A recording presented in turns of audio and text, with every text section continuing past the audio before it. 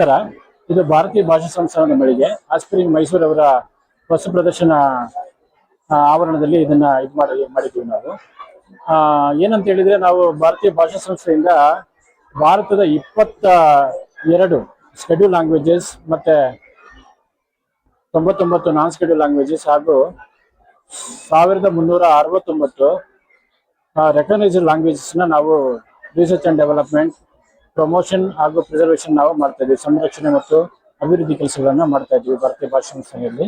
ಅದಲ್ಲದೆ ನಮ್ಮ ಭಾರತದ ಪ್ರಮುಖ ಯೋಜನೆಗಳಾದಂತಹ ರಾಷ್ಟ್ರೀಯ ಪರೀಕ್ಷಾ ಸೇವೆ ಭಾರತ ಇರ್ಬೋದು, ರಾಷ್ಟ್ರೀಯ ಅನುವಾದ ಮಿಷನ್ ಇರ್ಬೋದು, ಹಾಗೆ ಭಾರತೀಯ ಭಾಷಾ ದತ್ತಾಂಶ ಒಕ್ಕೂಟ, ಅಂತೆ ಮತ್ತು ಅಳಿವಿನಂತಿರುವ ಭಾಷೆಗಳ ರಕ್ಷಣೆ ಮತ್ತು ಸಂರಕ್ಷಣೆ ಯೋಜನೆ, ಇವುಗಳನ್ನೆಲ್ಲ ನಾವು ಬಂದು ಯೋಜನೆಗಳಾಗಿ ಭಾರತೀಯ ಭಾಷಾ ಸಂಸ್ಥಾನದಲ್ಲಿ ಕಾರ್ಯನಿರ್ವಹಿಸ್ತಾ ಇದೆ. ಇದರೊಟ್ಟಿಗೆ ಭಾರತವಾಣಿ ಅನ್ನುವಂಥ ಒಂದು ಯೋಜನೆ ಸಹ ಇದೆ.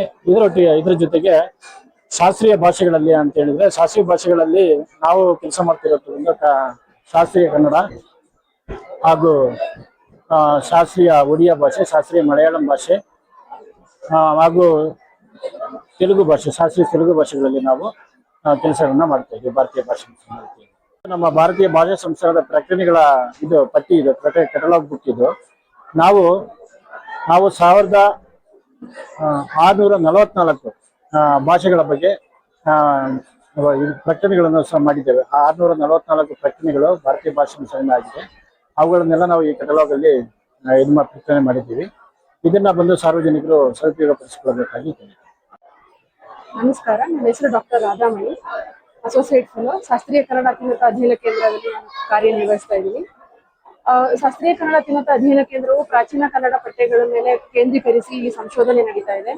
ಇಲ್ಲಿ ಸಾಕಷ್ಟು ಕೆಲಸಗಳು ನಡೀತಾ ಇರೋದ್ರಿಂದ ಪದಕೋಶಗಳು, ವ್ಯಾಕರಣಾಂಶಗಳು, ಮತ್ತೆ ಹಳಗನ್ನಡ ಪಠ್ಯ, ನಡುಗನ್ನಡ ಪಠ್ಯ, ವಚನ ಸಾಹಿತ್ಯ, ಕೀರ್ತನ ಸಾಹಿತ್ಯದವರೆಗೂ ನಮ್ಮ ಸಂಸ್ಥೆ ತನ್ನ ಕೆಲಸವನ್ನ ಮುಂದುವರಿಸಿಕೊಂಡು ಬರ್ತಾ ಇದೆ.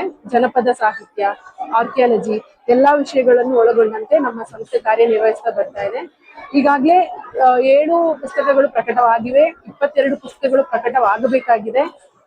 ಇದಿಷ್ಟು ನಮ್ಮ ಶಾಸ್ತ್ರೀಯ ಕನ್ನಡ ಅತ್ಯುನ್ನತ ಅಧ್ಯಯನ ಕೇಂದ್ರದ ಕಾರ್ಯಪ್ರಗತಿಗಳು.